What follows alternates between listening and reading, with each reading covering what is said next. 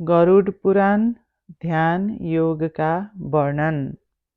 श्री हरि ने पुनः कहा, अब मैं भोग तथा मोक्ष प्रदान करने वाले योग को कह रहा हूँ। योगियों के द्वारा ध्यान गम्य जो देव है उन्हें ही ईश्वर कहा जाता है। हे महेश्वर, उनके लिए किए जाने वाले योग को सुने। यह योग समस्त पापों का विनाशक है। योगी को आत्मस्वरूप परमात्मा की स्वयं में इस प्रकार भावना करनी चाहिए, मैं ही विष्णु हूँ, मैं ही सभी का ईश्वर हूँ, मैं ही अनंत हूँ और मैं ही छह उर्मियों शोक मोह जरा मृत्यु सुधा एवं पिपासा से रहित हूँ। मैं ही वासुदेव हूँ, मैं ही जगन्नाथ और ब्रह्म स्वरूप हूँ। मैं ही समस्त प्राणियों के शरीर में स्थित रहने वाला आत्मा और सर्वदेह विमुक्त परमात्मा हूँ।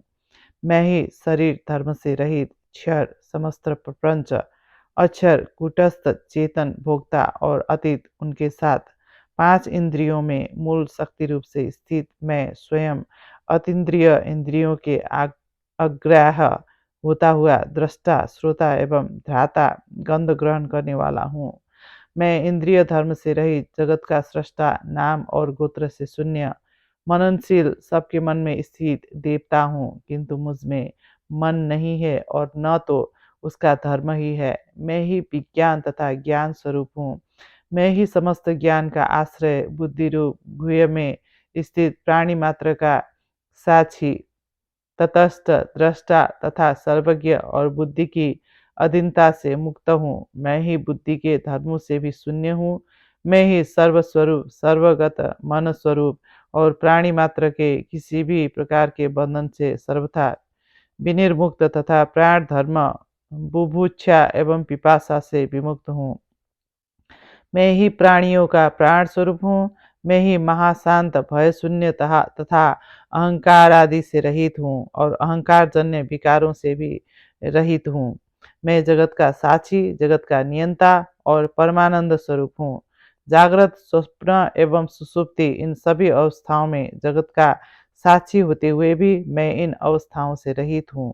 मैं ही तुरीय ब्रह्म और विधाता हूँ। मैं ही दुख द्रुग रूप हूँ। मैं ही निर्गुण मुक्त बुद्ध शुद्ध प्रबुद्ध अजर सर्वव्यापी सत्य स्वरूप एवं शिव स्वरूप परमात्मा हूँ। इस प्रकार जो विद्वान इस परम पद परमेश्वर का ध्यान करते हैं वे निश्चय ही ईश्वर का सारूप्य प्राप्त कर लेते हैं, इसमें संदेह नहीं है। हे सुव्रत शंकर, आपसे ही इस ध्यान योग की चर्चा मैंने की है। जो व्यक्ति सदैव इस ध्यान योग का पाठ चिंतन मनन करता है वह विष्णु लोक को प्राप्त करता है। अध्याय 14। बिहान एकछिन भए पनि आफ्नो साधना कक्षमा बसेर यसरी मनलाई आज्ञा चक्रमा केन्द्रित गरेर यस्तो दिव्य बाणी एकछिन एकाग्र भएर सुन्दाखेरि पनि आत्मामा शक्ति आउन थाल्छ। हामीमा यो अध्यात्मको जिज्ञासाहरू पलाउँदै आउँछ, भित्रै शान्तिको अनुभव हुँदै जान्छ। त्यसैले नित्य अध्यात्मको प्रयास गरौँ। धन्यवाद।